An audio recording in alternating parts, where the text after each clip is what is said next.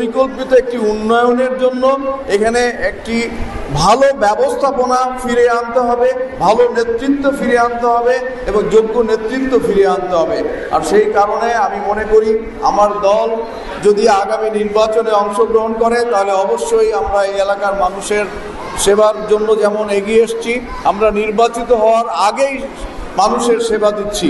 আর নির্বাচিত হলে তো আমাদের প্রতিশ্রুতি রয়েছে, 31 দফার মধ্যে আমাদের প্রতিশ্রুতি রয়েছে যে আমরা কি কি করব। সুতরাং আমি এই এলাকার জনগণকে বলতে চাই যে আমরা আপনাদের পাশে সব সময় ছিলাম। এই যে আমি ইউসুফের কয়েকটা অনুষ্ঠানে এসেছি, ইউসুফ আমাদের সাংবাদিকতা করলেও ইউসুফ আমাদের দলেরই একজন সদস্য, আমাদের দলেরই একজন নেতা।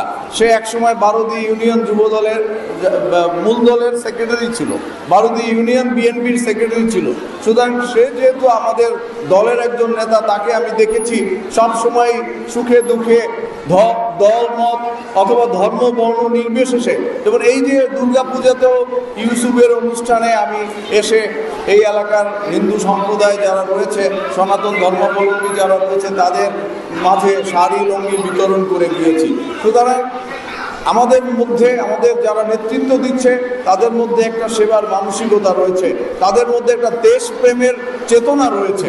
সুতরাং আমরা মিলেমিশে এই নারায়ণগঞ্জকে নতুন করে আবার করতে চাই, নতুন করে সাজাতে চাই এবং মানুষের অভাব অভিযোগ দুঃখ দুর্দশা চিকিৎসা শিক্ষাক্ষেত্রে উন্নয়ন করা, এগুলোতে আমরা মনোযোগ দেব ইনশাল্লাহ। সবাইকে আজকে যারা এই চিকিৎসা নিতে এসেছেন সবাইকে ধন্যবাদ জানাই।